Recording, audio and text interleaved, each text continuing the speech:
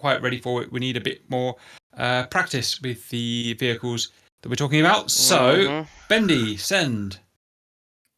Yep, so we've got a training mission set up for tonight, and we've got all of the warbirds in there and all of the helicopters as well. And there's a few different things we can do. So we're actually spread all over the channel map. So each plane has its own airfield.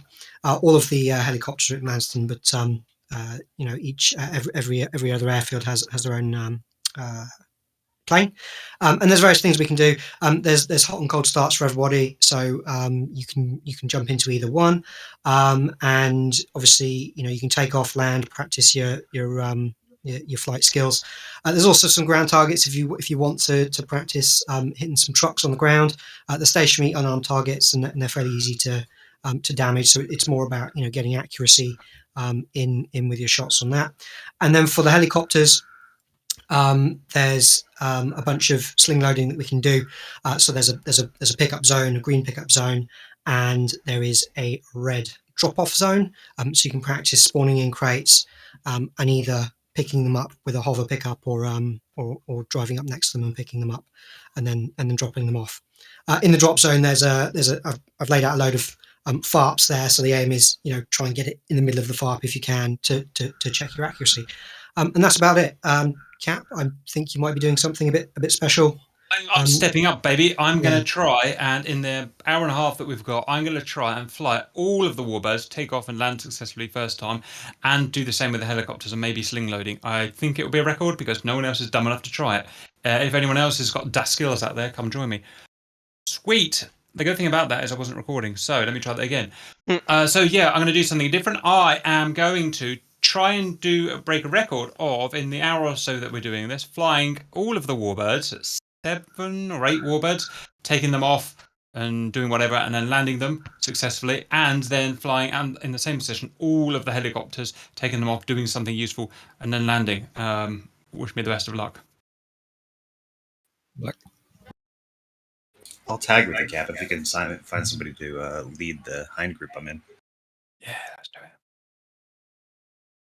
Right, anyway, do we have a Scurver? Valid humans. Yes, we do. Do you want me to put the password in the sheet? Yeah, please. I guess jump in at your own leisure. Damp, are you? You're pretty comfortable in the Hind, aren't you? Yeah, I can fly it. Yeah, you can have lead. I'll stick around with Captain. Sounds good. I can lead this. The only thing that I would need to practice with really is landings. Got it. So if you notice on the sheet, I've put a frequency in for the airfield and a frequency in for the group. So it's kind of up to you how you guys want to organise yourselves. But obviously, I advise if you're taking off, then just notify the airfield frequency that you're doing that if there are multiple groups there.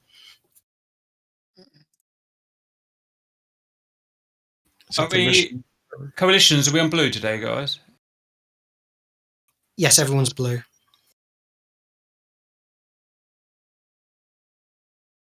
And I guess we use 243 for guard as well. Please. What channel do you want us to use, Cap, for shenanigans? Is 121 available? I haven't written. Is 121 available? It's ours now, either way. Let's do it. Let's sort this other crap out.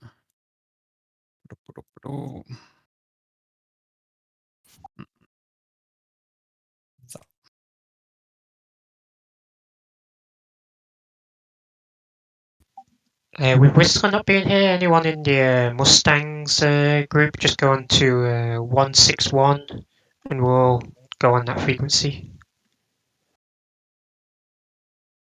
Sounds good. Oh. What base we taking?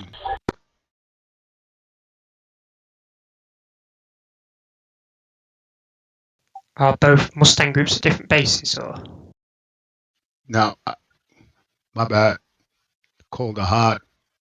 Yeah, Mustangs are all at the same base. They're all at Mervo Cologne, and keep an eye on the tail numbers. There's a hot start and a cold start for everybody, and it should be pretty obvious based on the names.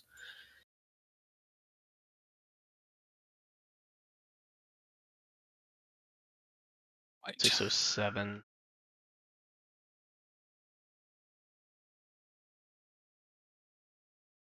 How do we organize for the healers? Do we stay all on 3-0? So anybody that wants to listen to me rabbit on about sling loading can join me on 35. Roger, will do. What's the preset for that in the Russian helicopters?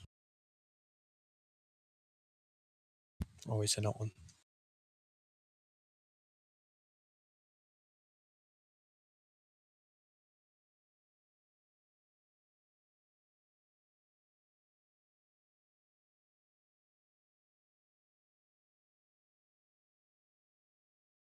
Hello, cold start, done. We have a server?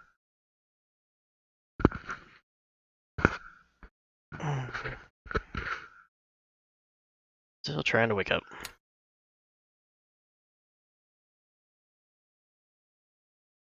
Ball change. Papers, there we go.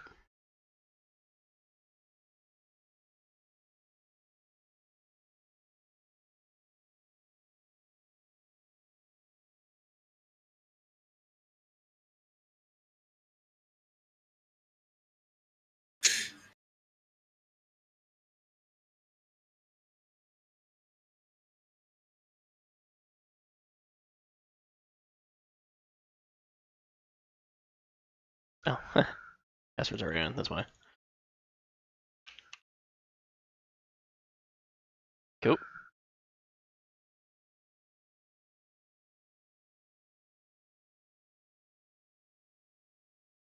One 161.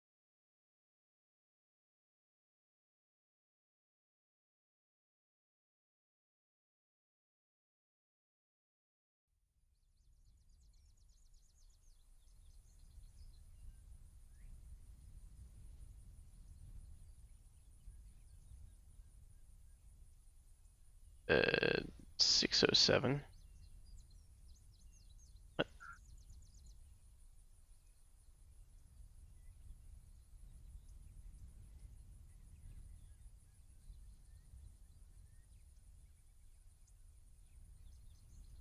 Still numbers aren't right.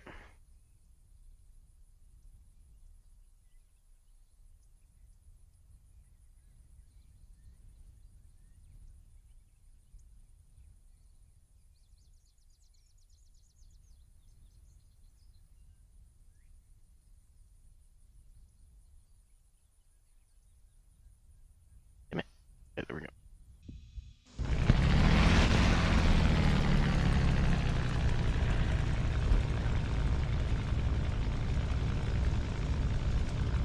And it's doing that again. God damn it. Why?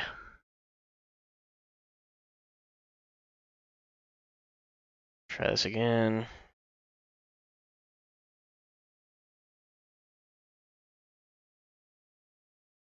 Everybody's super quiet. Why is it super quiet?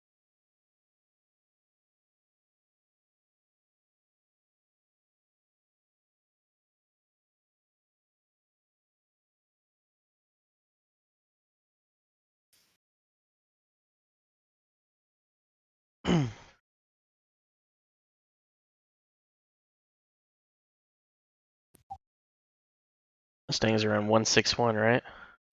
They said, but our radio's not going to 160. Yeah, our radio doesn't go to 161. Yeah, we'll take 151 if you can. If everyone can get on that one, because that's the one it allows me to go to. You can go to 151. Okay, I'm in it, but I don't see anybody there.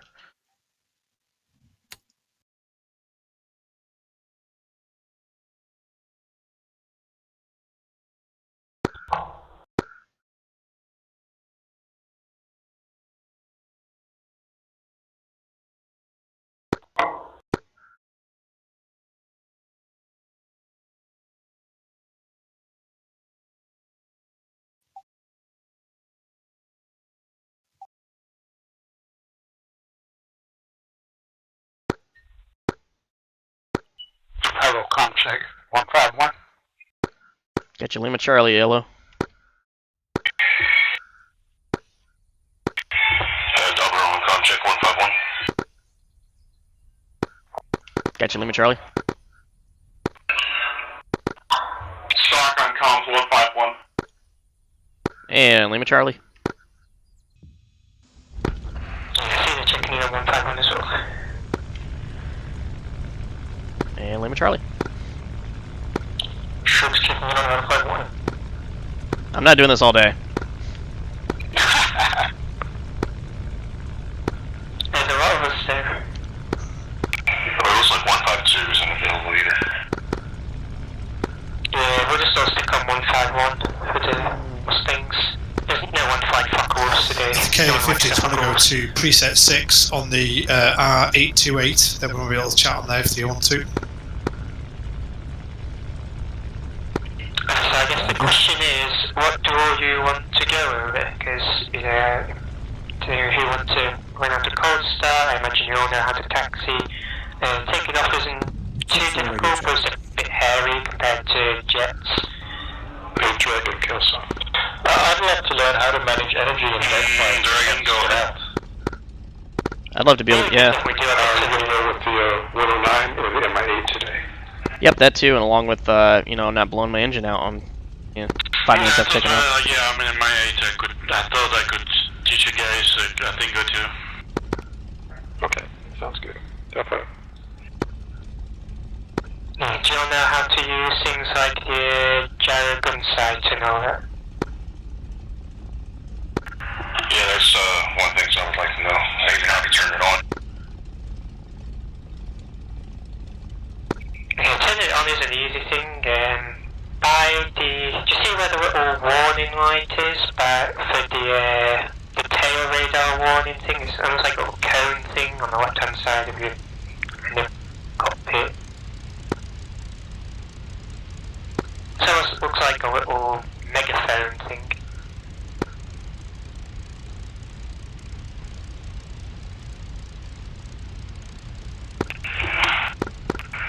Is it on the front console or the left side of the You know where your airspeed is, yeah? Your gyro gun sight stuff is just slightly up and to the left of that. Yeah, I see where it says fixed gyro, and gyro. Yeah, so there's your 3 settings. You get fixes are just the standard fixed sight.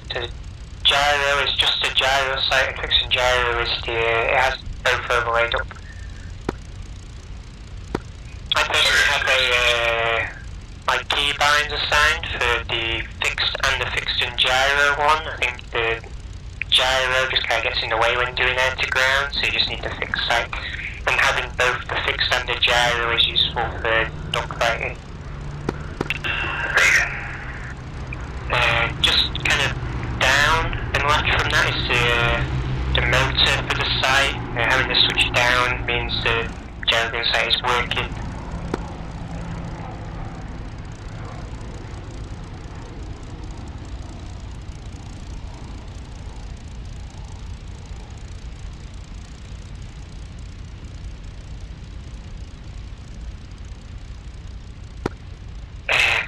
Useful keybinds for the gyro gun sight. You'll need the gun sight range to target increase and decrease, and the gun sight target span increase and decrease. That way you can adjust the wingspan and distance to the target on the fly.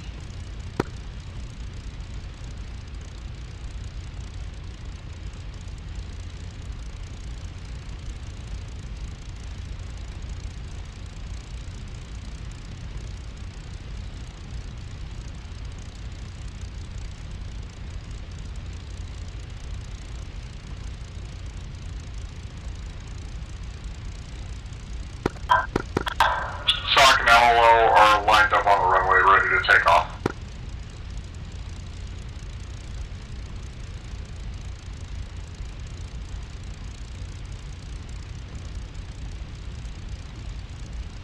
Yeah, I guess I'll have range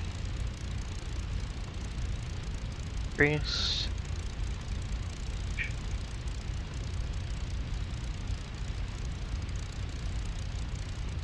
Span. Pickup cat.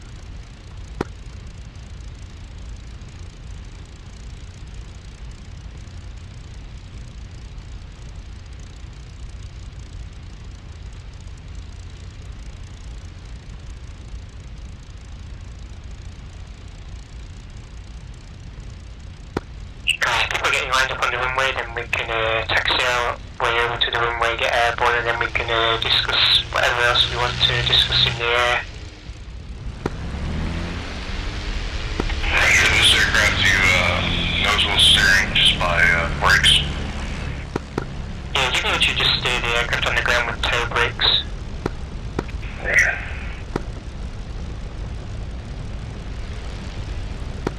So don't put like too much braking because you'll tip the nose of the aircraft over. Yep.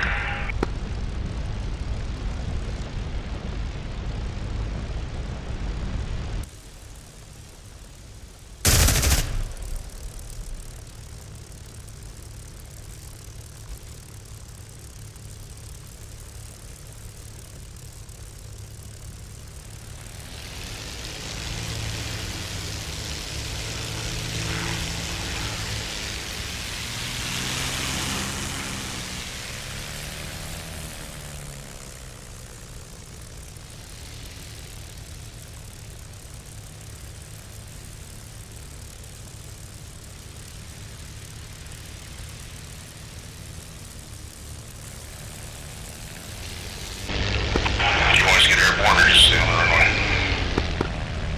You can get airborne. I think is it damp and shrugs here on the runway.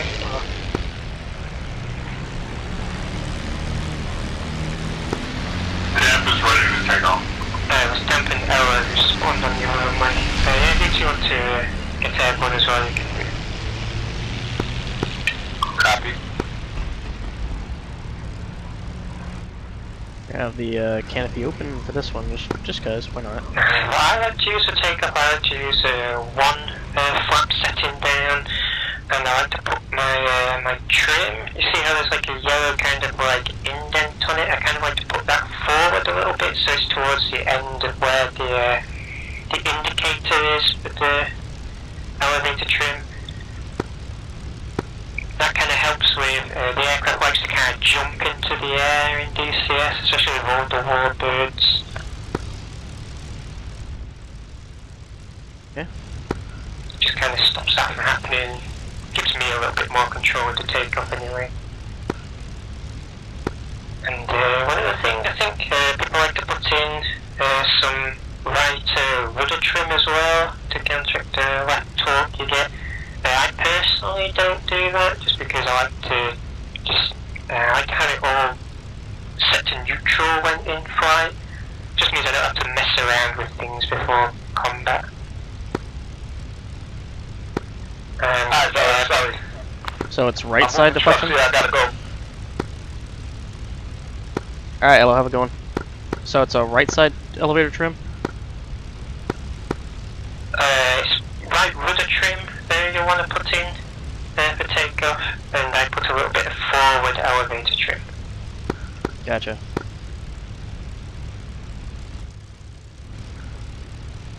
Maybe 6 degrees of deflection. I just couldn't remember if it was left or right last time. Yeah, I'm in a left-hand orbit. I was rolling.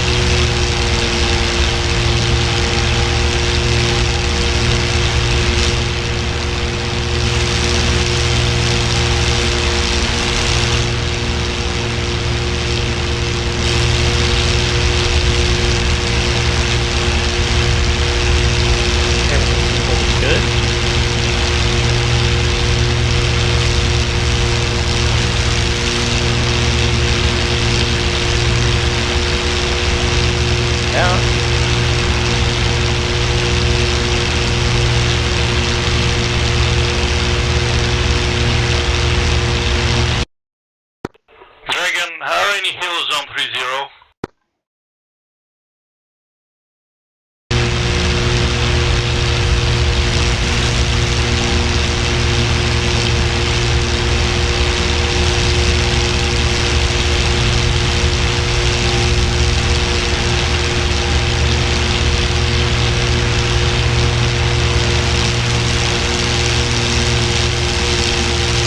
Brad, I'm doing alright. Yep, flying P-51 and hopefully not long engine today. Management, whatnot.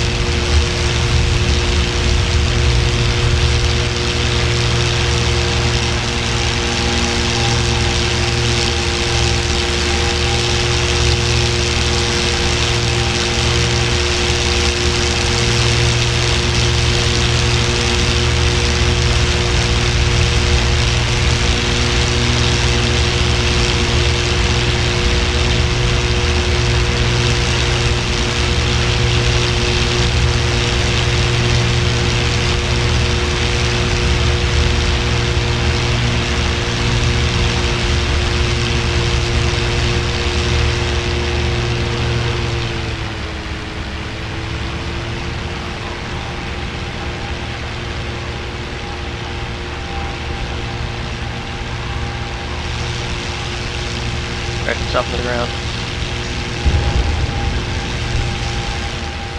Alright, never mind.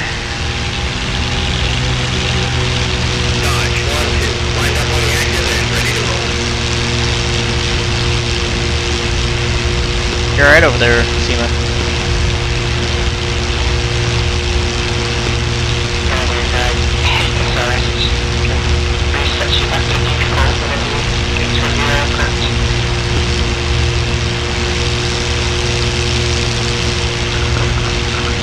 Yeah, really hard to talk today, and yeah, I decided to keep the top open. Yeah, get the breeze in the hair. Why not?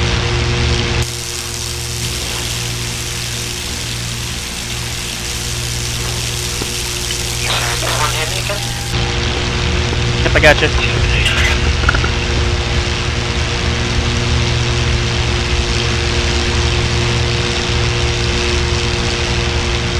Best to lock it.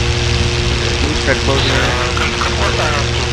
Engine statistics for you. It's 3,000 RPM, 61 inches of manifold pressure. You have about 15 minutes of that. With more emergency power on that as well, you have about 5 minutes. 2,700 RPM at 60 inches, you have about 30 minutes. Keep your RPMs in the green. Everything's good. That's just continuous power. Max continuous power, so that's the highest RPM setting when the engine will when you power on here, is about 2700 RPM and 46 inches of manifold. Around now, my manifold pressure's around 48. Is that good?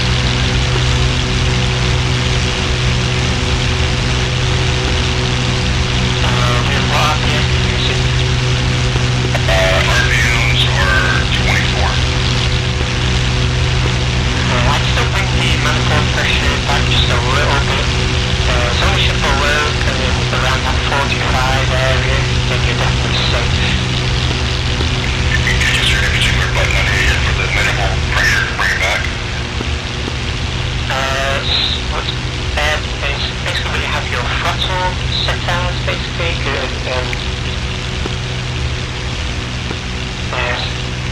I'm using the Warthog throttle, so I have two throttle levers to use, one for the RPM and one for the manifold.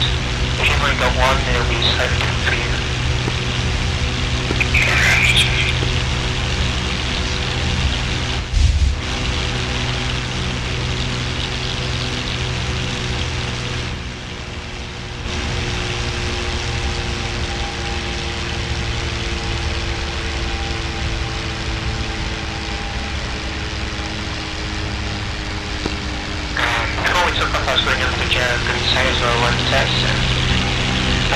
There's a little knob to the left-hand side of the gun sight, and that's your distance. And the one above the no hands kind of hold thing that goes from right to left across your gun sight is your target's wingspan.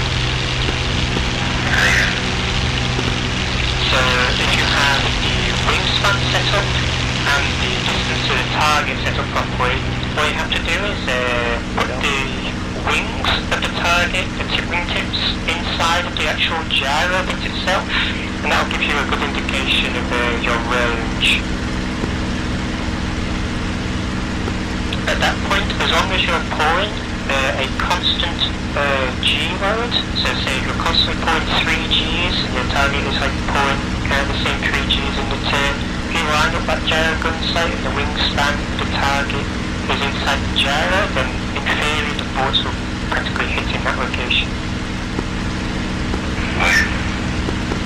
A couple of wingspans to note: the BF-19K4 has 32 feet wingspan, the Dora 9 has 34 feet, and eventually the 260s come in that has a wingspan of 42 feet. Something less likely to come up, but will also come up in GR missions sometimes: P-51 wingspan 36 feet and the Spitfire wingspan 37 feet. I-16's wingspan is too low to fit on the wingspan.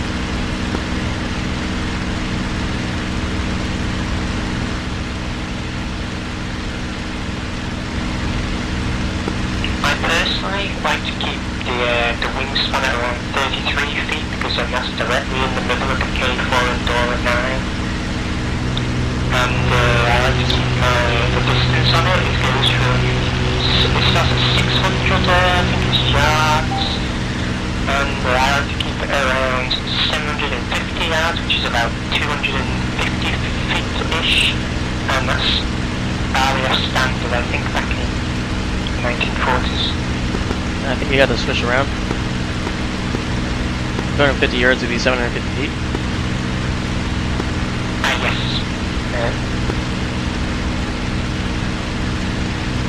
Okay, so the numbers are what? Numbers of yards in hundreds and tens? Not in hundreds, it'll be hundreds. So the 6 will be 600, the 10 will be 1,000. Gotcha. Okay. Gotcha. I should say.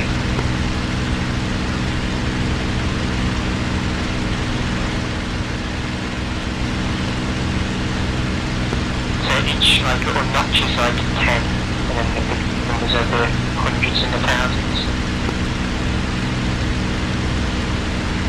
And you said you want to keep that where? I want to keep it around 750. Got it.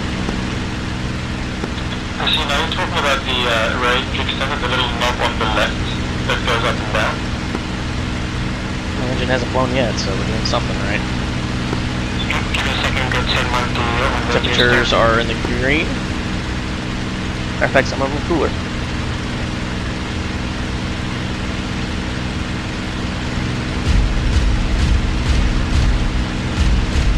Dodge 1-2, lined up on the active and ready to roll. Yeehaw. Sorry, can you repeat that last question?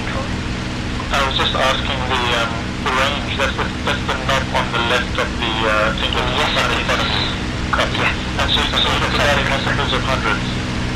Yep, so the first one is 6, that'll be 600, and then the next one is 10, which will be 1,000, and the in between that will be 600, 700, 800, 900. Copy. And so how does the wingspan of the planes, like the 36-foot, 37-foot plane to that? Okay, so it's the numbers going from right to left. You've got 30, 40, 50, 60, 70, 80, 100 and 120, and that's in feet. And you just move that little dial left to right along that to whatever your target's wingspan is. So it's nice to have keybinds set up for those, so you can adjust them on the fly. So it's like, you know, you might be fighting a K4 one minute and fighting the Dora 9 the next, and there's like a 2-foot difference between the wingspan on those. And you can't just keep it at 33 feet as well, that is something you can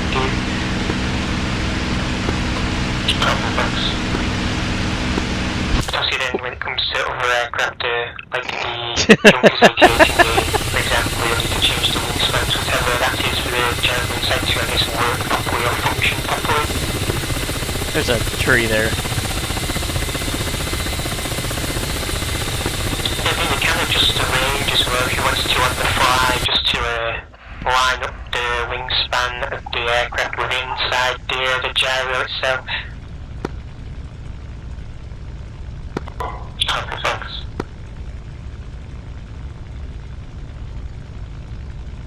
Didn't think I was going to clip that tree, but we did. And here we are. And if you're pulling like different types of G in the turn, then the gyro gun sight is also inaccurate.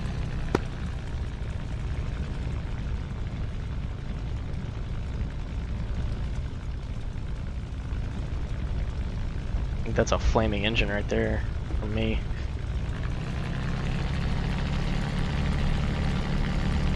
So the RPM, is the green line the highest you can sustain indefinitely? No, the green line is just for basically, I guess, continuous power and pretty like decent fuel consumption as well. Your max sustained is, for max continuous, it's 2700 RPM and 46 inches of manifold. If I recall correctly, there's a panel on the right side of the P-51 that actually tells you all these numbers. Yes, there is. Engine limitations panel. Yeah, it's just above the IFF panel.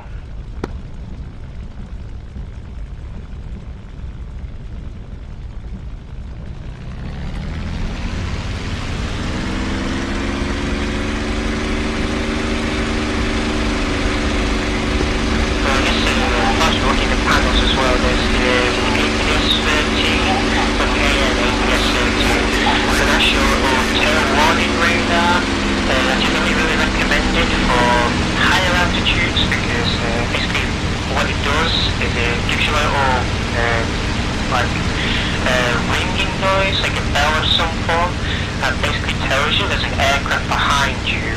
It's a little tiny radar that points backwards. But the problem with it is because it's very like primitive. It doesn't distinguish between friend or foe, or ground putter, or like the local postman. Like it is. It's just there to tell you something's behind you. I say because it picks up ground putter, it's not useful for lower level stuff. Okay. You literally just flick the switch on, and after a couple minutes it warms up and will eventually turn on.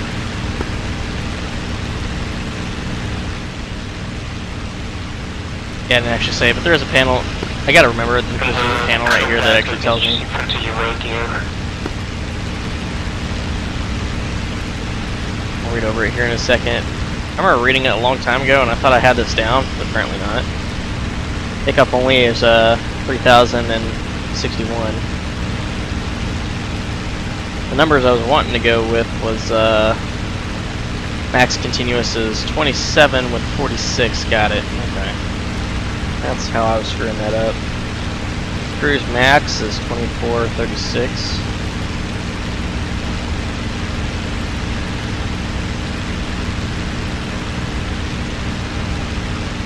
Let's see, max continuous is Also, one of the random things to note with the engine, if you want to get the maximum amount of speed possible, at the start you obviously want to go full RPM and full manifold, so the full, I think it's 65, it'll be 65 that is the best we can. Roundabout with the WAP engaged, and you'll reach a certain point where the angle of the blades basically causes more drag compared to, like, I guess, the power of the aircraft. So you want to reduce your RPM just a tiny bit to about 2,800 RPM, and then you actually start to increase speed again.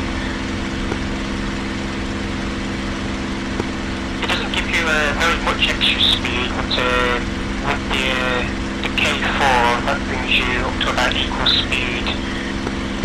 And any extra miles an hour you can gain against the K4 is obviously needed. You can also manually close the oil radiators, and that will also reduce a little bit of drag on your aircraft as well when you need to get away, and give you a few extra miles an hour as well.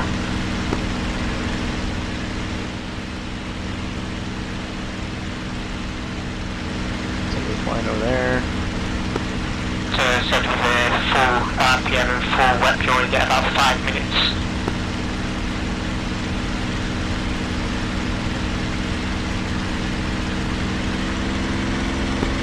And then for every minute of more emergency power you use, you'll need about 2 minutes at continuous power to kind of recharge those minutes back. So if you use your full 5 minutes of wet, then you'll need about 10 minutes to kind of bring your engine back to where it needs to be to use those 5 minutes again.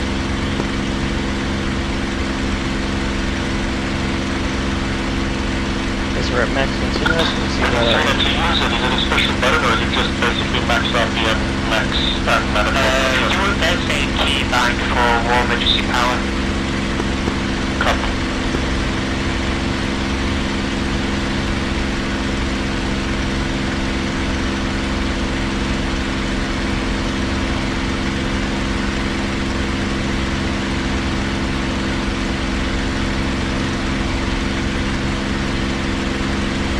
Is that just a toggleable keybind? The keybind for war emergency power is the... Yeah, and it's just a toggle on and off, so if I want to turn it back off, I just hit it again? You don't need to turn it off, you just bring the power back and it goes off. Gotcha.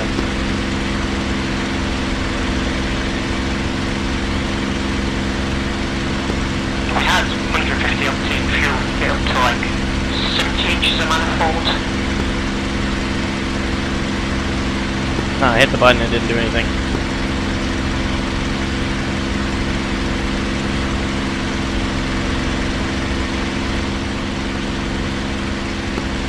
For me, I have a sand on my throttle and it worked. I got up to 66 inches of manifold. Do I have to be at max power already for it to kick in? Yeah, so you have to bring RPM and manifold to max, and then activate the war emergency power, and that'll bring it up to about 66 inches of manifold. At low altitude. I see.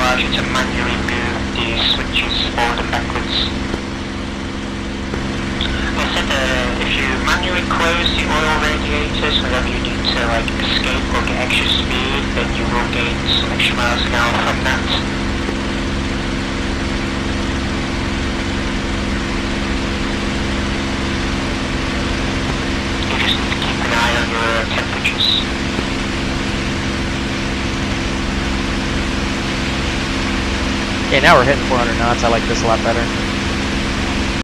Alright, now I'm starting to see the stuff I like. We're hitting about 400 knots.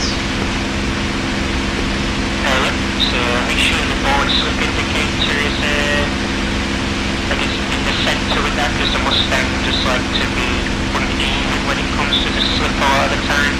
So you have to manage that, and that'll reduce drag, give you a much more miles an hour. Bring the RPM back to 2,800. Once you start to see your speed number increase anymore, you'll gain a few extra miles an hour, and closing your oil radiators will give you some extra miles an hour.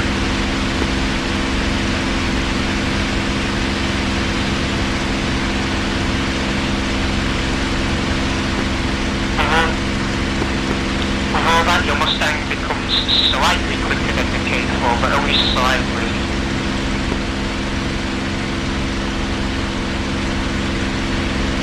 Okay, so how about let's see, where I'm trying to figure out where you're at right now, but going through like some energy drills and stuff. I imagine you're pulling it too hard if you can start hearing your airfoil whine, like whistle.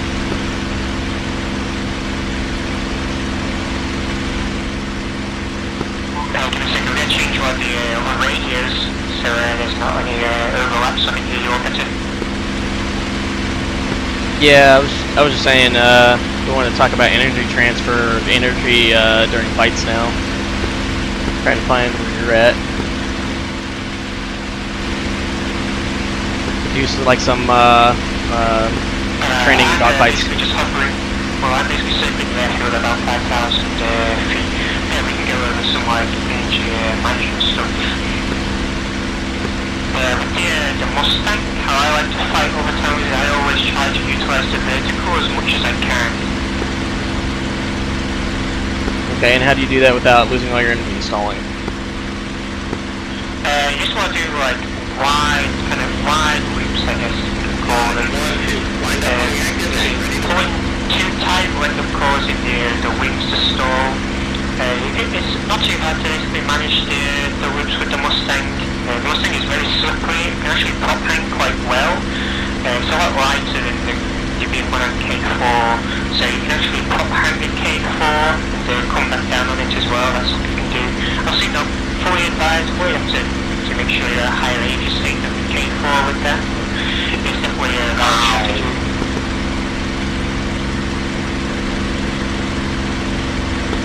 Just with zoom tactics on anything really, dive in on it, use that energy to go up into the vertical, and then convert the energy you gain back from the top of the vertical to come back down on the targets and rinse and repeat really.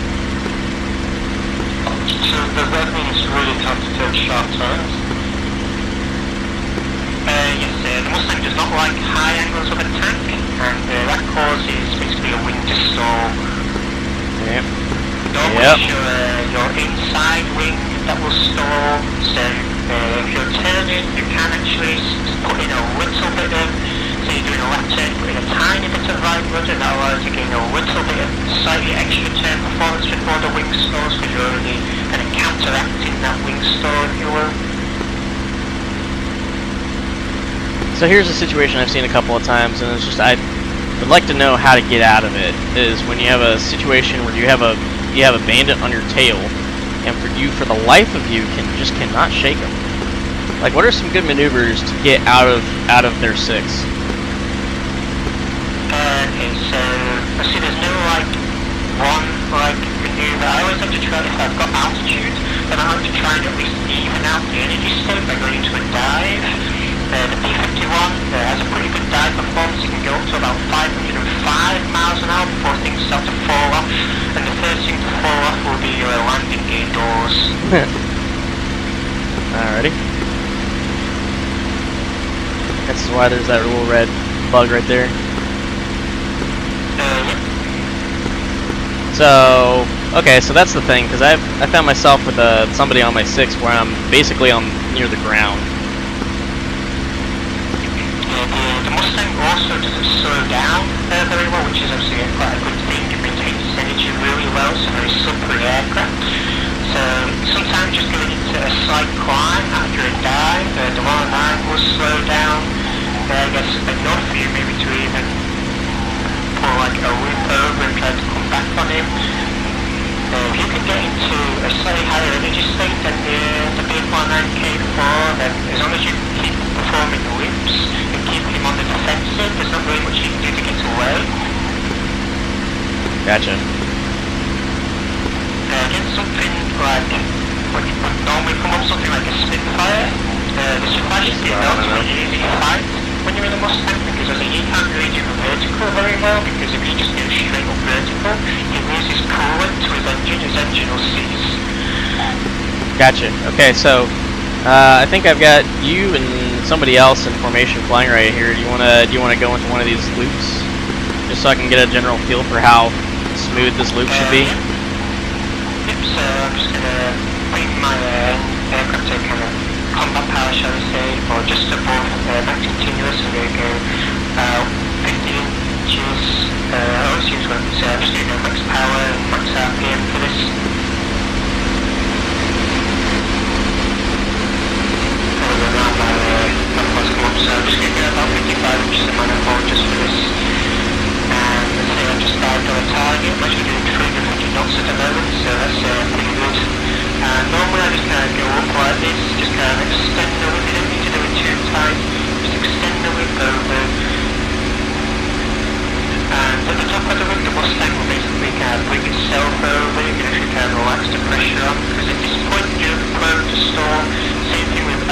start to come down, you can wing saw the aircraft.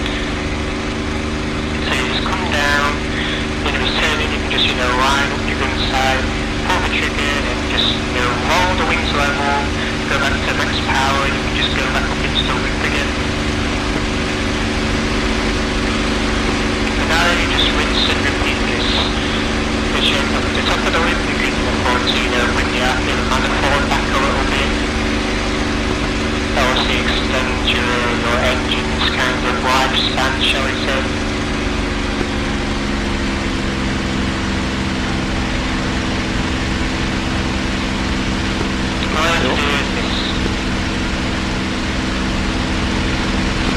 So keep putting on to max out the other manifold as you go up, and then once again when you hit the top you can just bring the power back and let the aircraft come back down. So during this time you should have enough time to line up your gyro with whatever it is you're aiming for. And once again, once you take the shots, roll those wings level and max power, max RPM, and you just go back up. Gotcha.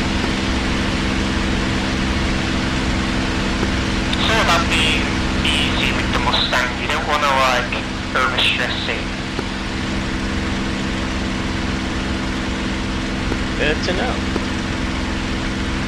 So kind of the precursor to that is making sure that you have enough airspeed to begin with. The Mustang likes to be fast. I like to be fast. So yeah, I like my Mustang to be fast.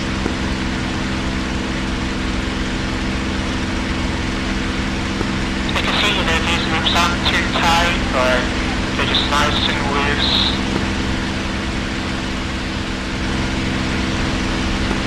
It's almost like performing an air show for the bandit.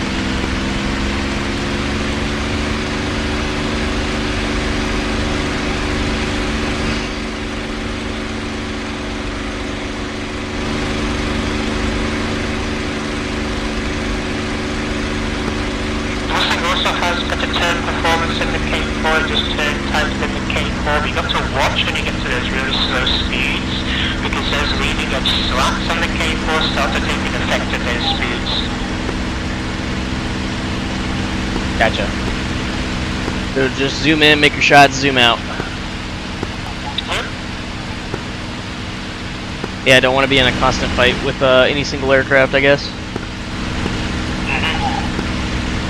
Okay, that's good to know.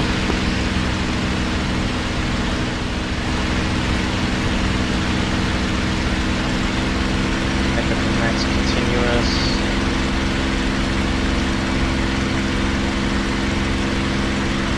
Pretty energy positive right now, which is good. How do you use bomb sights on them? Alright, so bombing is a whole new thing. It doesn't seem to have CC or anything like that. You just have to kind of almost eyeball, but there is a slight strategy for bombing. Okay, I'm listening. There's this method called the wing line method. So if you see where your gun ports are, like where your machine guns are in the wing, if you line up and you basically have to be at about, I think it's 3,500 feet and 240 miles an hour. Obviously that's 3,500 feet above the target's ground level. And you line up the target with that, the middle gun, the middle 50 cal, and then you're just rolling onto the target. You can, as soon as you start your roll, it's a 16-second countdown before you release your bombs. So you do that 16-second countdown. You want to line up the target with.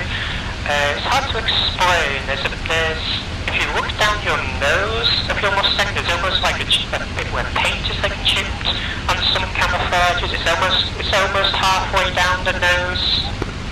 You want to kind of put the target somewhat where that is, and then release your bombs on the 16th second. Got it. Say that again. Okay, so if you look on your left and right wing, you've got your center line 50 cal. You've got your 350 cals. Let me try going for a landing. You'll want to be at 3,500 feet above ground level or above the target's level. Okay, so for Fred, and you want to be at 240 miles an hour. And what you do is, when in those conditions, you line up the target with your center decal, start a rolling and count up to 16. So that's 16 seconds. You want to line up the target with what seems to be like a tube of paint about halfway down the nose of your P-51. And then when you reach that 16 seconds, you want to release your bomb, and then when your bomb should be relatively accurate.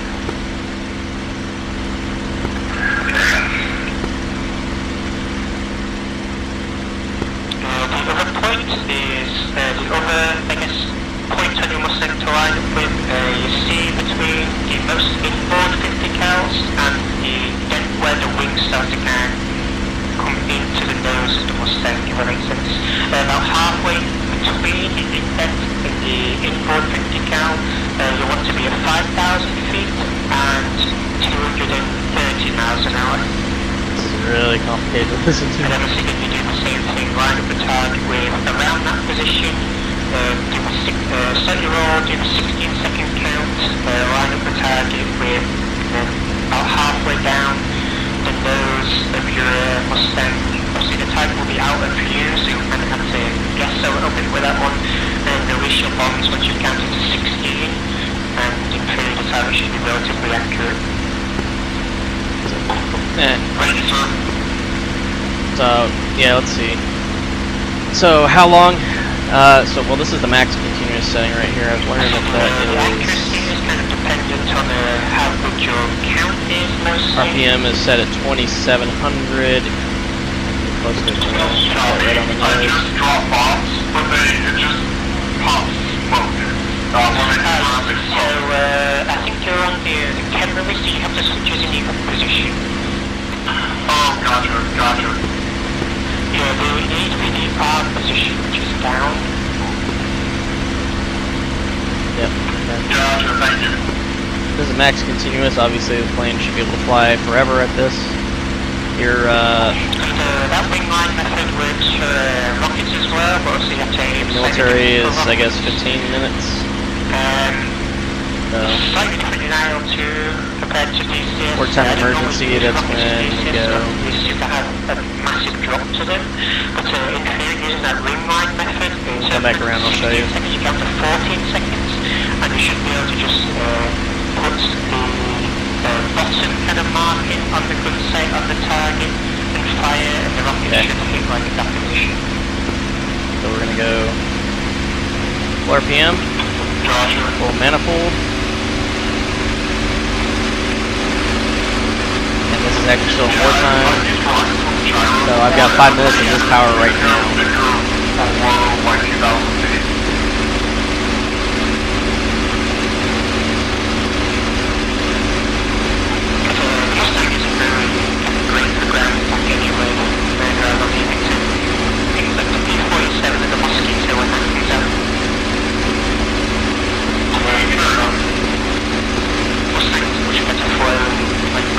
Then bring it back down as we're coming down.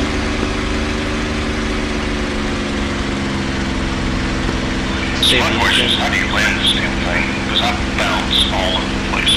Landing it, basically, I like to use 4 flaps, normally around about, I think it's about 120-ish. I mostly do it by feel, because I don't normally look at my airspeed unless I'm coming into land, so I'll do a landing now and take a quick look.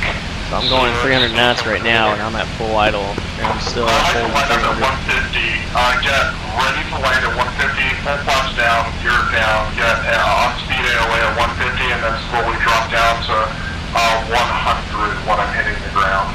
And it should, do it on all 3 wheels. Yeah, the Mustang can fly a lot slower than you might think. I mean, about 100 is normally the point when your wheels might touch the ground. Normally about 120, kind of flaring it. This is also just weight and fuel in the Mustang. Yeah, I think I've just been coming in a little too fast. Yeah, speaking of fuel, if you go anywhere above 67% in the Mustang, you start to fill up your centerline fuel tank, which is positioned behind you.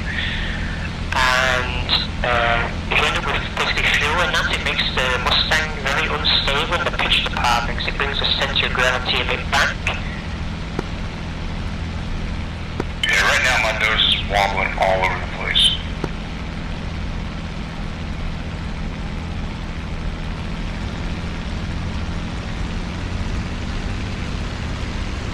But now I'm just 4% down. I'm just 4% right down the runway. I mean, I finally got it on the ground, but then I lose control like this. Yeah, once I'm on the ground, I know we just end up tapping the toe brakes to kind of keep me straight. So you're not putting too much toe braking because you'll just put the aircraft on its. Yep. Yeah, that's sort of did a little too much. Okay, so I'm holding pretty well here. I'm gonna go flaps 1.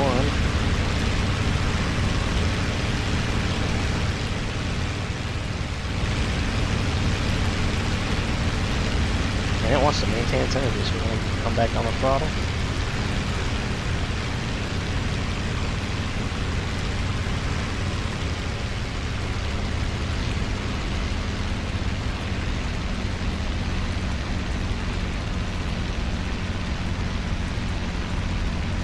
Gears coming down.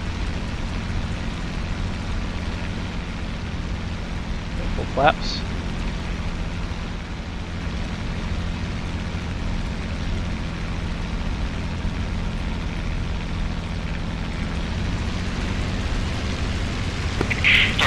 The nose kind of wobbly when coming into land is quite a normal thing because I was having it. It's all about just having slow movements with the stick to kind of adjust for that.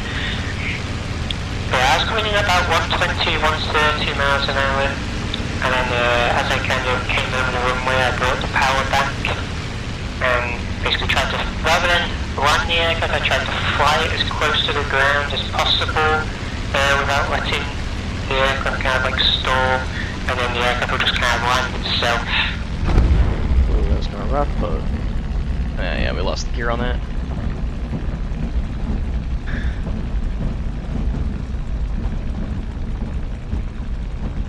I think I was using 4 flaps as well. Well, we're down, and we I think as long as I land on the tripod of landing gear, it's really hard for it to bounce. The angle of hitting the ground is probably the most important thing.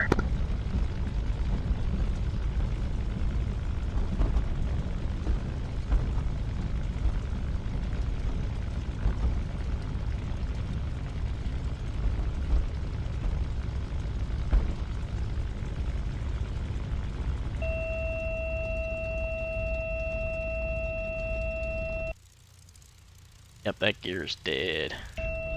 If you wanted to, you could in theory land slightly quicker and land it on the 2 wheels if you wanted to. But you'll slowly get used to kind of landing it on all 3. You'll kind of learn what angle your nose is normally at when you're landing. I think I have an auto start and an auto stop on this. Yeah, I'm probably. It'll eventually become just like knowing the feel kind of thing.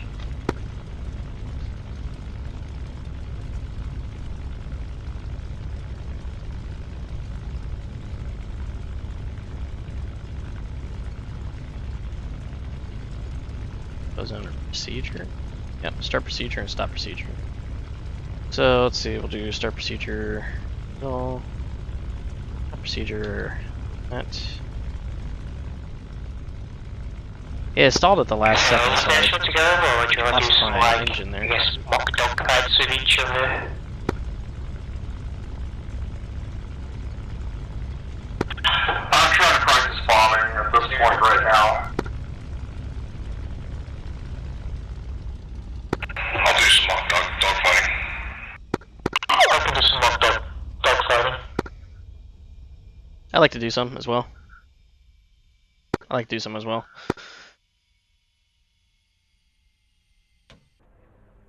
Nicer jet plane.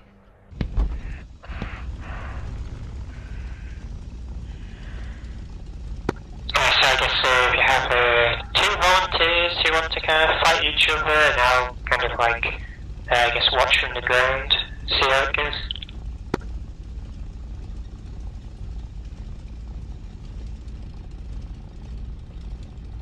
Go ahead and top her off. Alright, let's put some things back on this thing. Copy. I'm back at the ground and rearming. I'll be ready. I'm in the air right now, just took off. I'm on the runway. Refueling complete.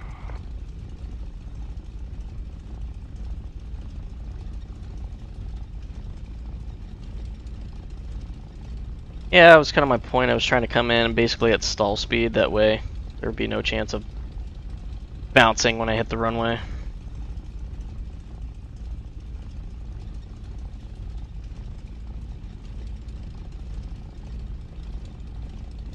That's the smoothest takeoff I've had. Move up and raise taxi to the runway. It takes a little while to like get used to it, because like you end up going left because of the torque, and then you're putting too much right rudder in, so you end up going right, and you might end up kind of like swinging left and right down the runway a little bit. Yeah, well, I figured out what I was doing wrong. Is like I didn't have my axis tuned up correctly. Yeah, we were like the tuning and all that way helps. Yeah, and my toe brake's really sensitive, so that wasn't helping.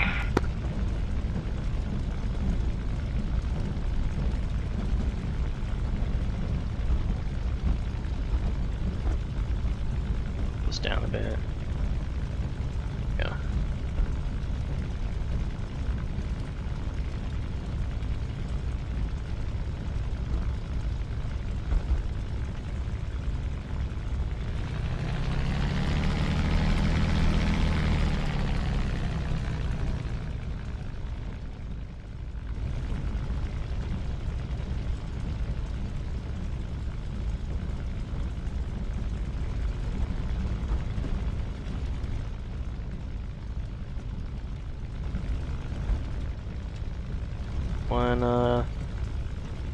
One take flaps.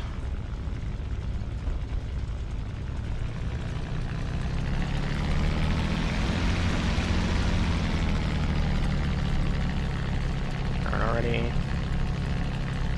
Alright, who's up here? Shoots is up.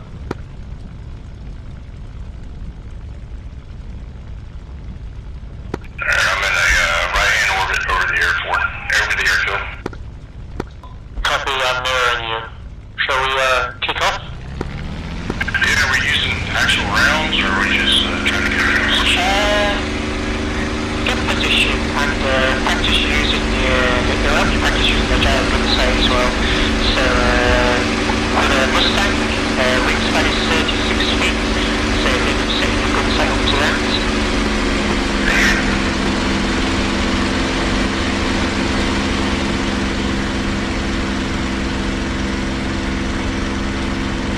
And so make sure your gyro is uncaged. My machine's crashing. Yeah, I think DCS just crashed. I think so, bad. Oh no. How did it crash? There's like nothing going on.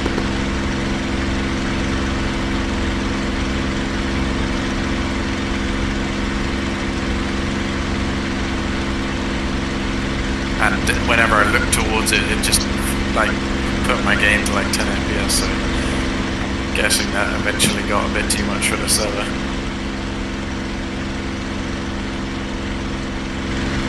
Or wait, is the server dead or is it my game dead? Just your game, the server's dead, so I think it's the server. The server's died, yeah. Oh yeah, nobody's flying. Ah, crap. Oh well. Well, whatever it was, it fully crashed my game. Damn. This thing does like to turn left and right decently well. That's what we're going with follow my lead in there, Skill.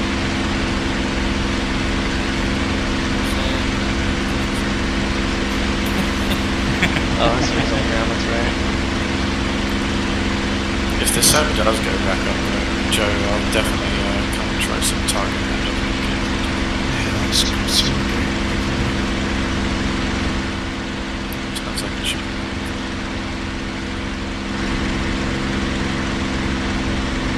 Okay, well I haven't blown an engine this entire session, so I'll call this a win. It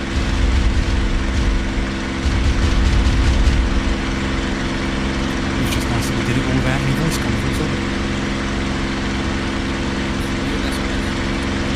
Server freeze up. Anything else? We're not playing channel. It was our third one that I just didn't bother using it. Yeah, server died. Well, yeah, I've been here just flying around without nothing bothering me. Yep, same. Everyone's probably, or every aircraft's probably frozen for me from checking F2. Any other aircraft are probably frozen. I did see a bunch of them just blow up on the ground, but so far it hasn't picked me up. My entire game is frozen. Yeah, for me as well. So do we have I've closed my game and started again. Yeah, my game probably closed.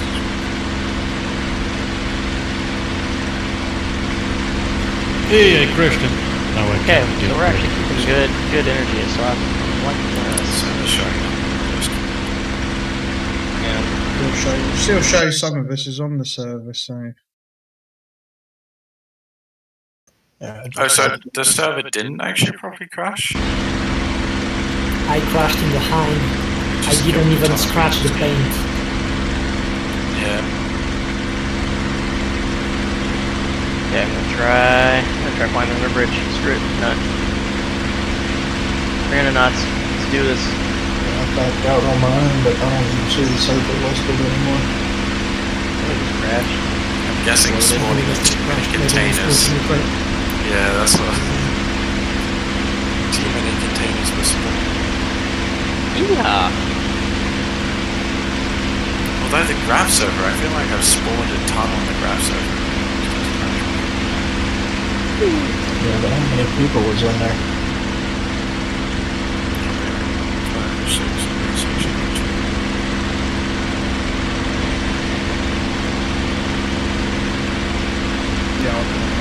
So the 4 engines, that was yeah, stuck on both. wasn't an oddity. That was just me not knowing how to properly use the numbers the way I needed to. Because now the plane's working as intended. It's in your head. In your head! In your head! Zombie! Zombie! Okay, that's all. I just put it. Well, I came up for P-51 training, not scene training.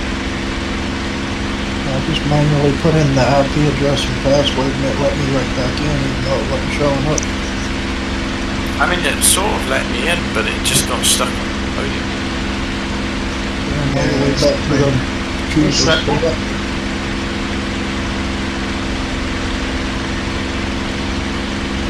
I'm gonna nip off and make it. Nope. Oh dear. Yeah, there's people in here flying around too. Yeah, I'm back in. Yeah, I'll have to take it back in. I'm still flying around. So, did a bunch of people get done? Yes. Yeah. I cannot get back in. It says Even Cap wrong got address. kicked out of the server. Cap's not in here at all. I'm still there. I can see people spawning in. Yep. I was I'm able in to as well. reconnect. I see Bendy moving around. You know if anybody's going to get dumped out of the server, it's going to be Cap in it. Your Cap's back in. I'm back in and flying. Are the others also flying for you, Trickster? Yes. Are the pigs too? I can see another helicopter flying next to me, and he's moving. Well, I'm out of flight.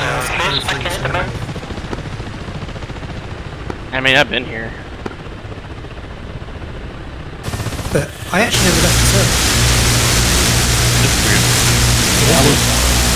I was never kicked out. That's so weird. Nobody likes to show off. Yeah. That's what I'm actually making now. I kind of wish it had.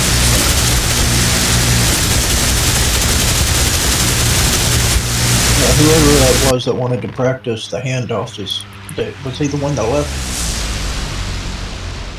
I think that was Joe. It was Joe, yeah. It's Joe. No, I'm here. I'm here. Yeah, no, I'm here. I'm just literally coming back in now. Roger that. Can you only hand off with one other person, or can you have multiple? No, you can see where it says DL2 all. That will do everybody in the group. To everyone. Oh, okay. Alright, just a basic rundown on how you do it. You just find a target in your Scaval, make sure your laser's on and target them, and then 1, 2, or 3. 1 is anti-air, 2 is tank, 3 is other. After you hit that... on the top list of them, you select what type of vehicle it is. Yeah, 1 is anti-air, 2 is tank, 3 is other. And then 1, 2, 3, 4 beneath that is if you want to send it to a specific one or DL to all. Right, do you have to put it in your memory first before you send it? It's kind of strange. And then once you guys receive it, it'll be flashing up there, DL ingress, and just hit that button and it'll load it to your map. Okay.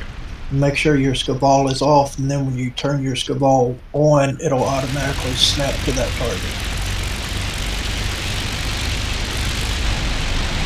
Common engineering in the house. Yeah. What's the maximum cargo I can sling load in time? 4,000? Probably about 3 or 4,000. Yeah, I think you can. Also, in the KA-50, do you have to align it? And if you do have to align the KA-50... I don't think so, no. I don't think you do. It's just GPS, so it's instant. No, you need to align. As soon as you turn it on, it takes 3 minutes. Yeah. Oh, you do have to align it. How do you align it, Macri? It'd be aligned. If you're hot started, you'd be aligned. Oh yeah, it should be aligned actually. Yeah, if you want, we can do a quick mock dogfight if you want.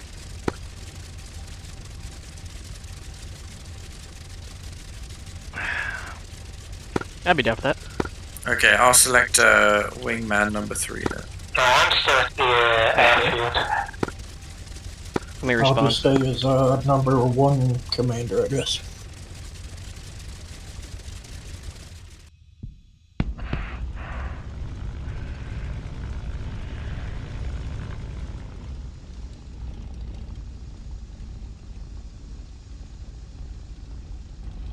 Someone asking about the 4,000 kilo crate in the Hind.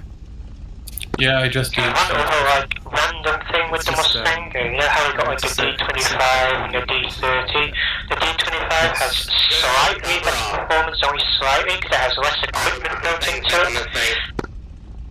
Copy. Yeah, I remember hearing something about that, but what's the difference? Basically, the Mustangs we've got in DCS at the moment are ones used in the Pacific Theatre, which even though we recently got like a map for the Pacific Theatre and fighting K4s and Dorides, but they just swing the D25 and the D30. Is this something to do with like the radio and some of the random bits and bobs? If you look towards your tail, you see how you've got 2-pronged antennas? Warehousing campaign. Yep. The D25 only has 1, and who's under asking the, I guess you could say the sorry, I was engine, just kind of asking just in if front of the nose, you got the prong kind of sticking out. Yeah. It's going to be, so I'm adding the Hind and then the KA-50. That's also missing on the D25. Interesting. Because I don't want anyone to feel left out, and the Hind's cool. Okay, Pineapples is ready to give this a go. I'm hovering. Alright, I'm going to send a target to you now. You should be seeing something flash up there. So many minor differences, I said, but any So I'm seeing number 1, which I guess is your marker is Makes flashing sense. from the runway over to like the area where all the top. especially because we don't have 150 octane either.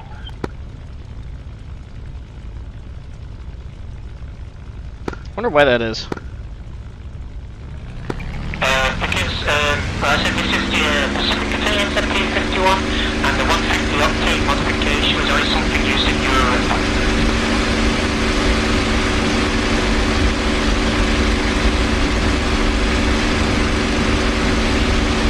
I take it that did wonders.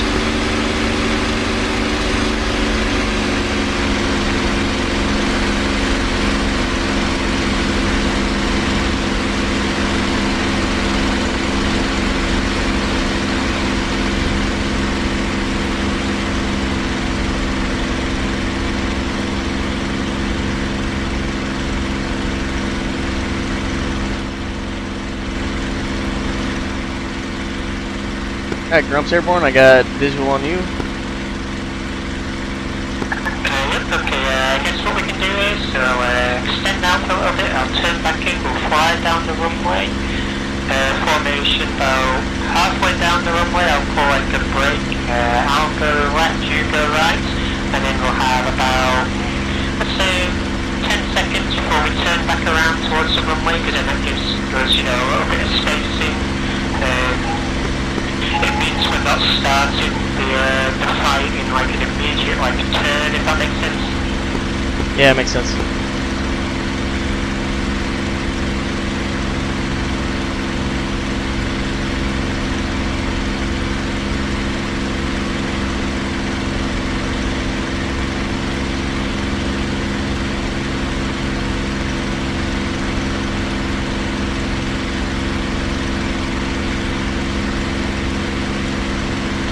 Speeding up to catch up to you now. I'm at 300 miles an hour, I'm just on the edge of the green on both my manifold and RPM. I'll do a turn around towards the airfield. Okay. Yeah, that's what I had, 6 to the right, that's what he said. And the elevator trim just slightly having the yellows beat up. I think that's your proper takeoff trim.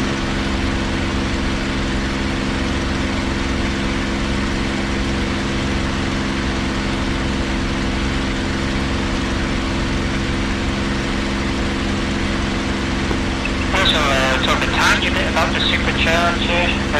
So the supercharger is automatic, so you don't need to worry about it. It normally comes on anywhere between 12 and 15,000-ish, depends on like temperature, I think. Yeah, I've had that happen before during the World War II campaign. Flew high enough for that to be a thing, and then when we went in for the bombing, I totally just went way too fast and oversped my plane into the ground. It was glorious.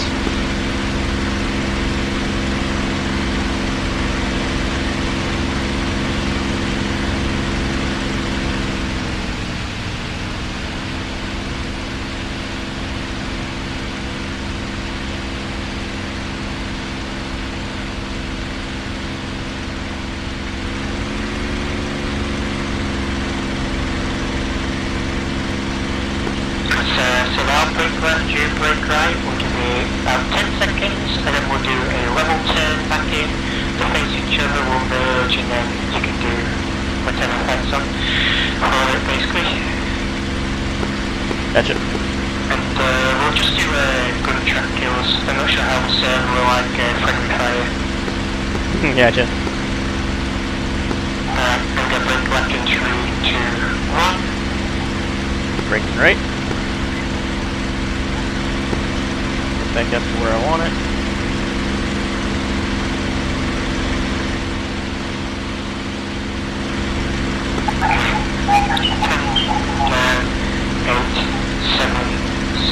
Happy for it. 5, 4, 3, 2, 1. Let's turn back into each other. Turning.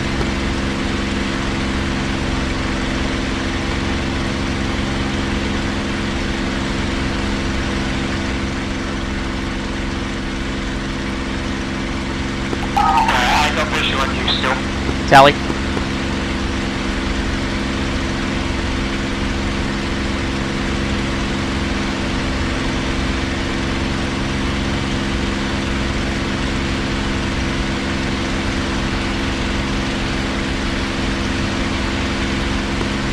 Lights on.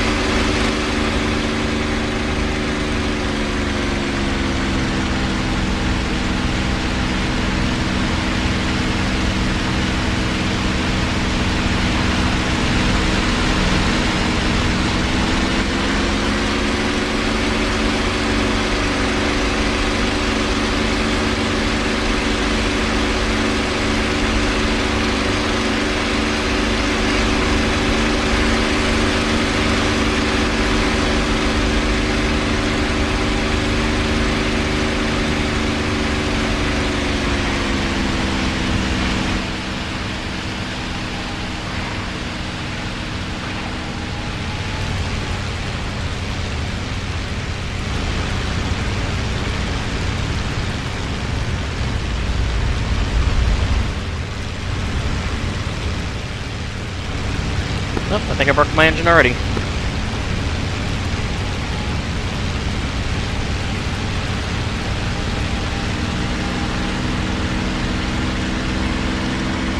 Yep, manifold pressure doesn't want to go up. Manifold pressure's gone, you see. Just bring your RPMs back and see if there's any changes, and if not, then you might need to come into land.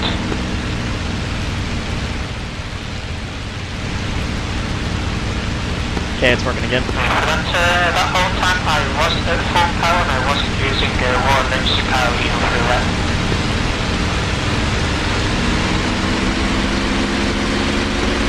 First loop, on the way to the loop I used full power and just kept it at full power. That was without water and emergency power. And once I get over the top, basically kept it at full power for that second loop I was going through. And then once I was coming down, I came off the power again. As I can, I'm coming off the power. I don't really need it in the downwards. The Mustang will gain a lot of speed by default.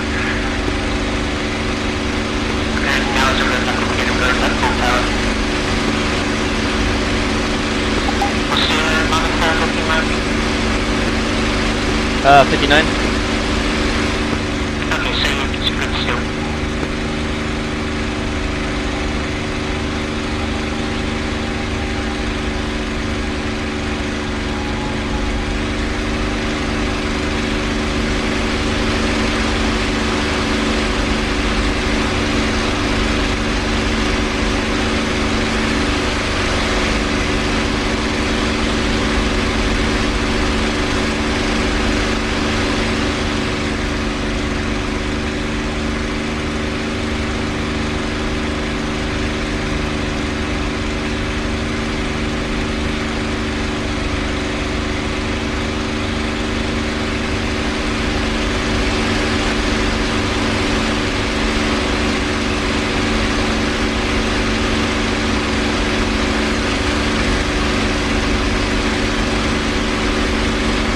I'm trying to tell and see if I'm pulling it too hard or too soft. I can still see you back there. Yeah, like the maneuvers are fine. Like obviously we're in similar aircraft, so once the aircraft gets into it's a bit hard to shift it. Of course, we're in the same aircraft, so same performance.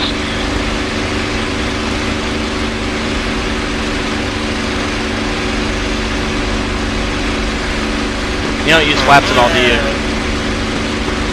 Flaps, I wouldn't normally recommend flaps unless you're trying to turn with like a K4. At that point, I'd only use like 10 degrees of flaps. If you wanted to, you could. If you're like, I guess, got a key bunch where you could put 10 degrees in the very top of the loop, and as you start to come back down again, retract the flaps. So I don't normally do that unless I feel like I really need to. Gotcha. And then, so in this case where I've got a P-51 on my 6 and I'm just trying to get out of the fight, what would you do? Especially if it's similar. Well, I'd probably just try and force an overshoot if I could, because I think the conversion is quite slow, I just hope I'm the better in the scissors. Because the Mustang is still pretty good in the scissors, it's got better roll rate than the K4 was saying.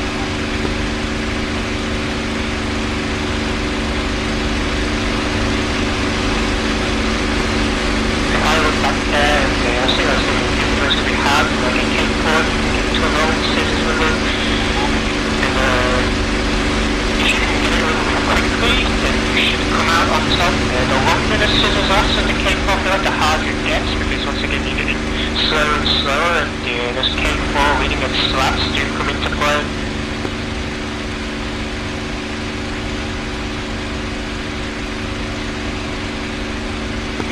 Right, so knock it off there, you said, well, you can come onto my 6 and I'll try and ship you.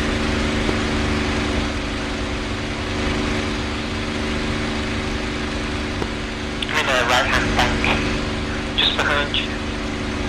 I got you. Oh, Jesus. Well, similar aircraft, it's always going to be very tough to shake the other aircraft off you.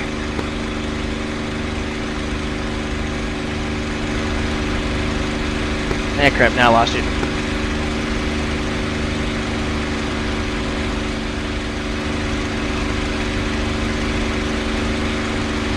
Oh, I got you. I'll do circles over the airfield. I got you, I'm on your 6.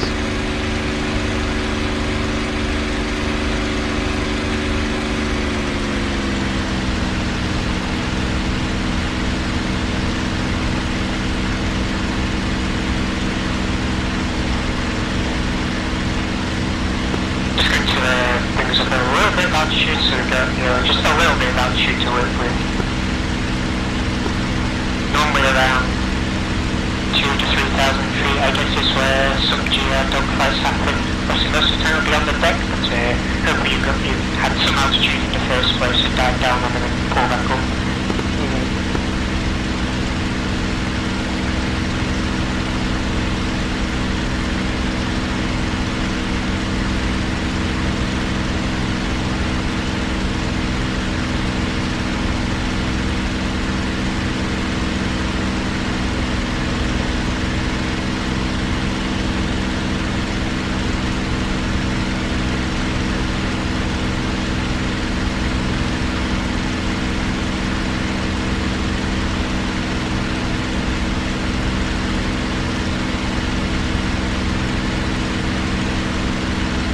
Yep, anyways. Yep, I hope you all had a very good and safe July 4th. Mine was fun. Go out and see fireworks on the beach. What I got to do last year, glad I got to do it again.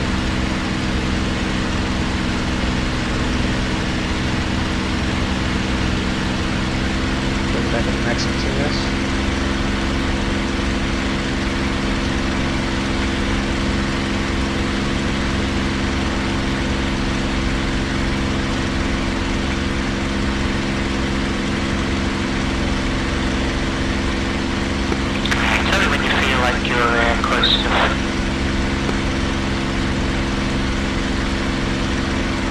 Okay, give me 1 second. And I'm just starting this from the 6. Copy that.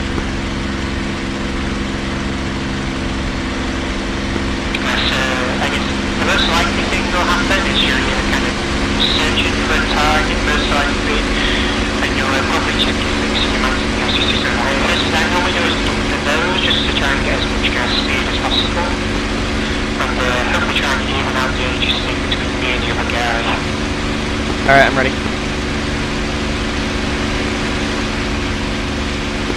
Still got this on? Yep. So I'm going to put the throttle back a little bit, just to let you kind of slowly catch up. So it's like if I'm like looking back and I start to see, the enemy's still shooting at me, maybe still catching me, that's when I might start to think about, what, I might need to try and force an overshoot.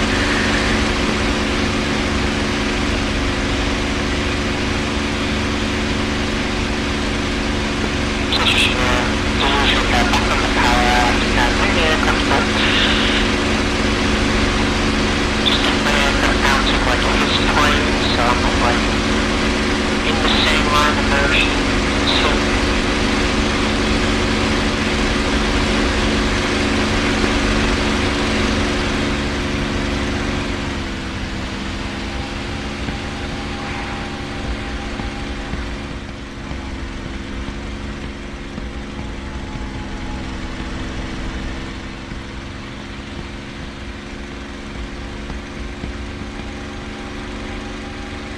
That was pretty good. Now I've lost you. So that worked. yeah, I'm right behind you. Oh, God. So that, that's it, mostly just all about staying out of the enemy's plane of motion, like with any version. I put in a bucket load of flaps at the end there, to keep me, being able to keep my nose kind of like up, to allow me to get almost far below me. I see the engine just breaking out of the scissors, which allowed me to come back in. Gotcha. So that's a point where you would use flaps for an overshoot. It's difficult to say. Whenever you feel like, normally when I'm doing those rolls and I start to hear those that's when I start to put in flaps. Gotcha. Alright, I'm back on your 6.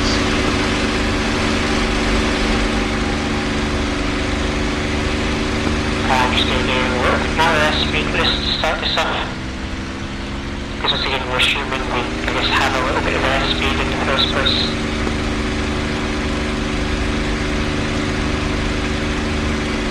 I'm going to do a similar thing, I see you back there, and my nose, I'm going to keep my foot open and stop at max, and again, just assume that the area's still on my 6.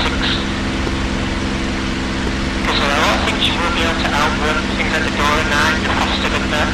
Then K4, if you have your water release and all that closed, you're faster than that. But only slightly though. The Anton, you're definitely faster than the Anton 8s. And Spitfire, definitely faster than Spitfire. Okay, that's good to know.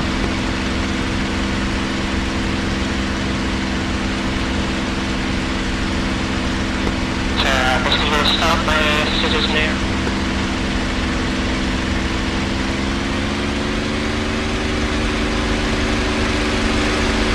So about the slowly reel with the other aircraft in recap.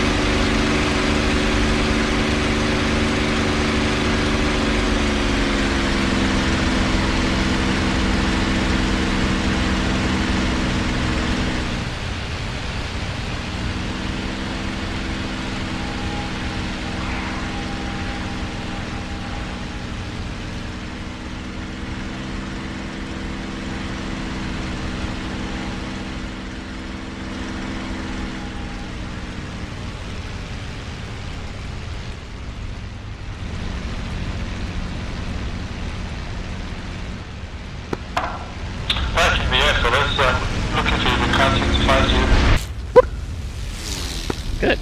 Good damn. And that's a maneuver kill.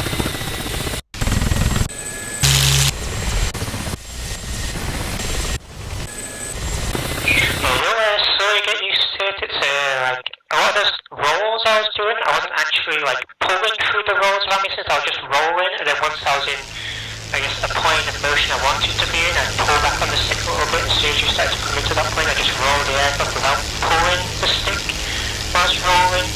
So I'd roll, then pull on the stick, roll the aircraft to where I want it to be, then pull on the stick. And using the rudder as well helps roll the Mustang a lot as well, especially in the slow fights. The last bit of that fight, when you were kind of like below me and I was above you, I just put in a bucket load of rudder to roll my aircraft over, bring myself down onto you. And I had full flaps during that as well.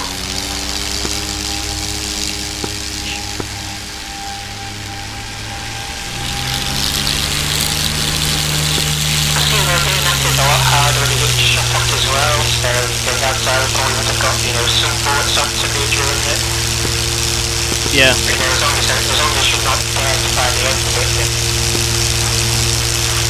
Gotcha. You can do similar maneuvers when you're up against, I don't know if it was in, I remember it was in the K4s during that dogfight event we did. Not entirely too sure.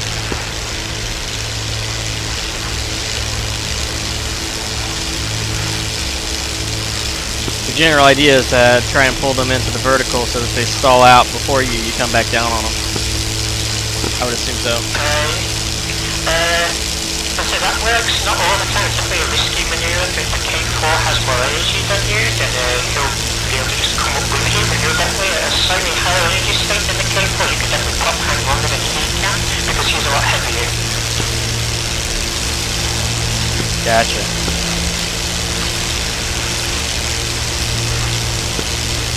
You're at an advantage against like the K4, then it's quite difficult for the K4 to get away. You can like dive away. He has a higher dive speed than you, but as soon as you start to get towards your critical point, you just level out and let him continue to dive, and you just maintain kind of all that energy you've gained from the dive. So level 5, he's eventually got to start to climb back up. And at that point, you can just, because you've still got some altitude left, you can just start to dive back down on him again. And he'll be forced to dive back down again until eventually there's only ground below him. At that point, you just kind of start to reel him in with some machine gun fire. He might be forced to turn, and that's when you can just start doing verticals without him. So much complex stuff. It's good to know. It's just a question of whether or not I can retain all this information. And then be able to apply it effectively. Yeah, get something like a Spitfire. If a Spitfire's on your tail, things become quite difficult. If you've got obviously a lot of airspeed already, then you just kind of dive away and you'll be able to outspeed the Spitfire easily.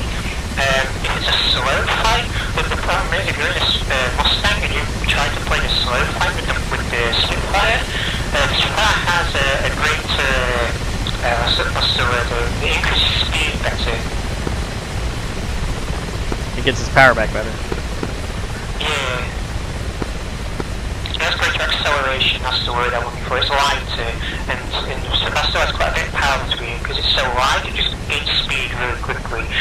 Same thing with the Spitfire versus the K4. The K4 ends up turning with the Spitfire getting slow. The K4 can't really escape anymore because he can't accelerate as quick as the Spitfire. So even though the K4 is faster than the Spitfire will just catch the 109 like easily because it can't outrun it in the early run.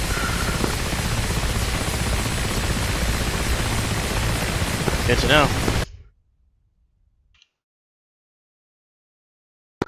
So yeah, just don't get slow with a Spitfire, basically.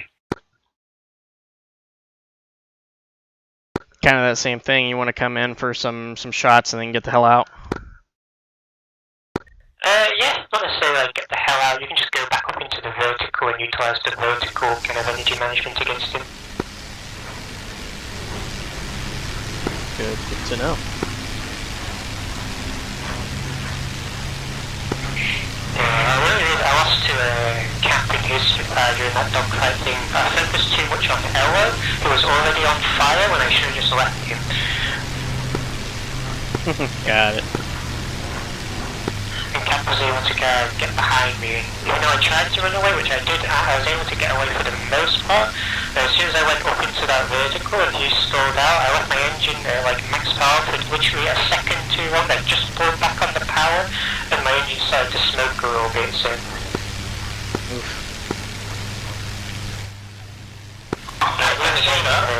Yep. I'm right behind you. Would it be okay if we did some like dogfight maneuvers, or maybe like fly aggressive and I could see if I could keep up? Yep, sounds good. Whilst you're back there, we may as well do some, you try and stick to me. Copy. Then after that, we can head back to the airfield and do a mock kind of like merge, like being encrypted. Copy.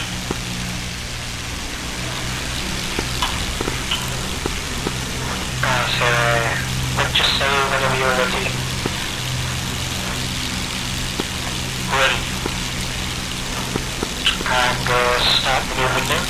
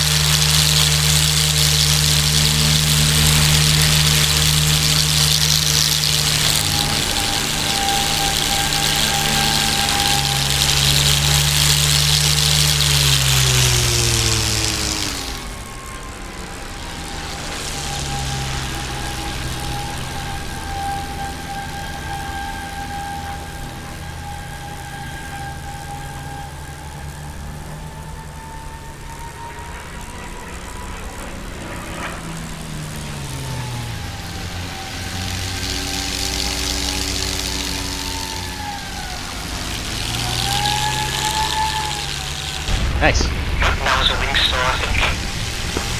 Yep.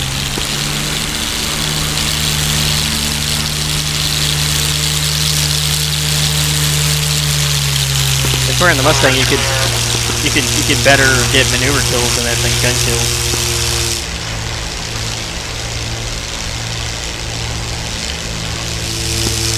You most likely to maneuver kill the Mustang pilot, to be honest, especially if they get too aggressive with the stick.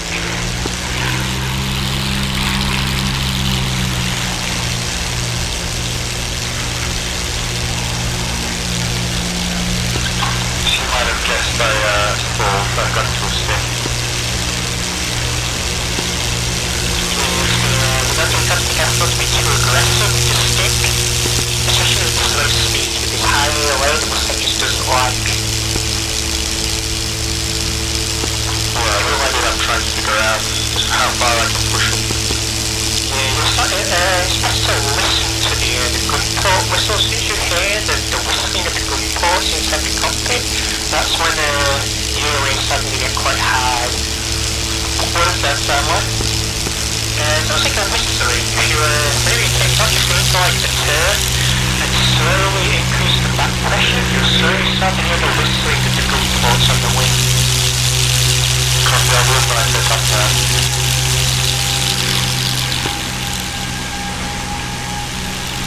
They sound amazing though.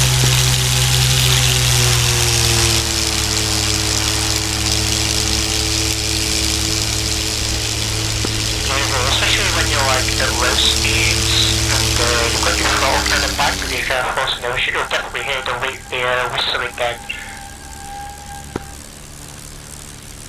You'll see if you feel the wings start to drop, like just immediately counter and the opposite reverse.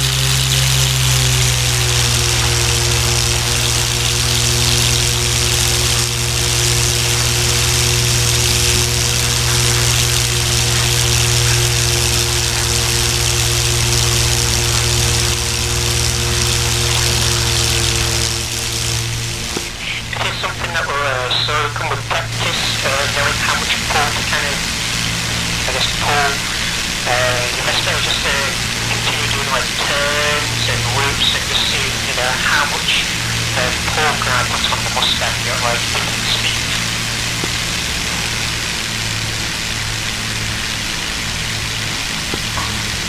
That's what I'm trying to. I'm also setting up my second throttle for the engine RPM rather than Definitely better.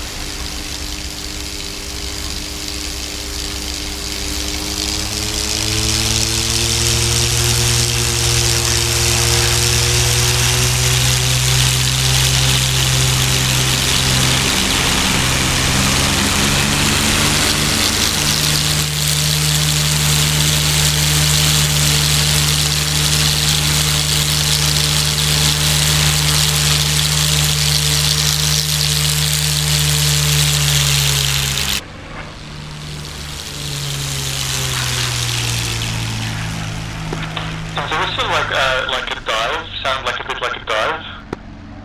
Yes, it does. Okay, I think I know what you're talking about. Kind of think of it as like a alternative to Jericho's trumpet. Cool.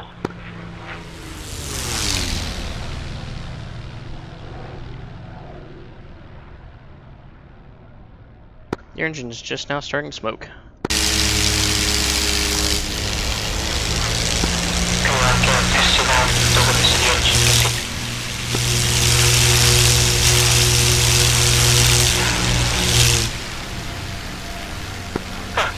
engines just got a little bit funny now.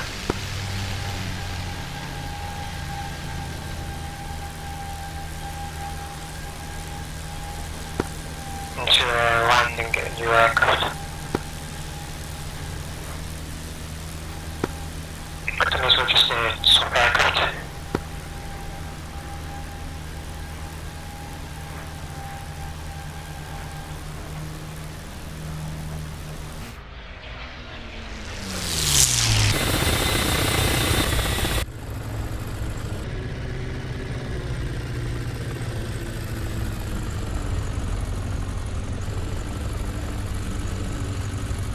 That sounds interesting.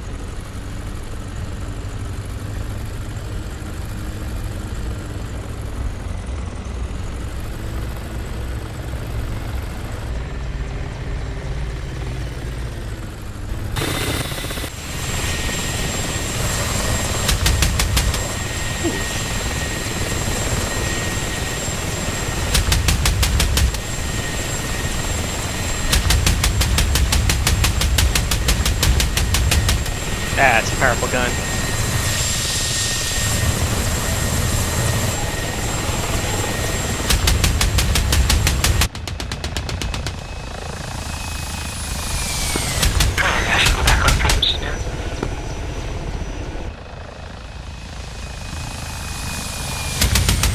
Yep, gotcha.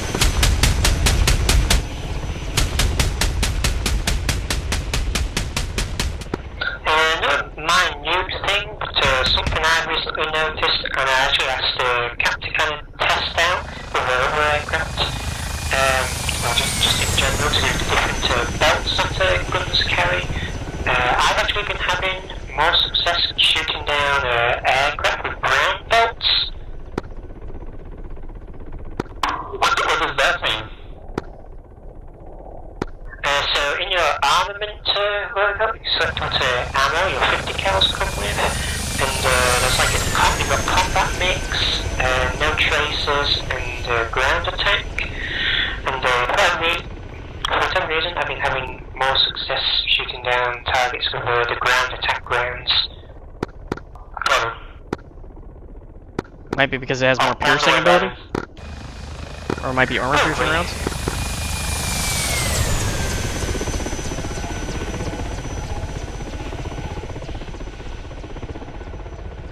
Alright, well I'm gonna call it a day.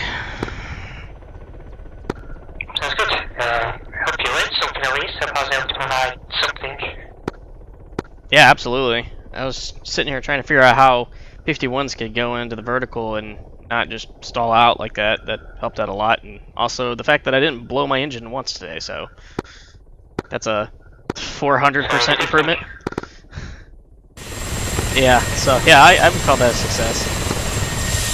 Hopefully it does me some good and the next time I use it.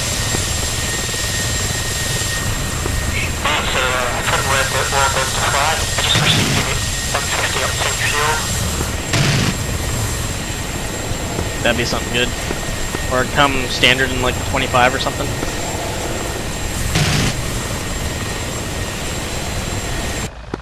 Yeah, I wouldn't mind if they even just added another version of the Mustang game they've got to and give it 150 octane fuel. Something like the D15 is a really nice version of the Mustang. Yeah.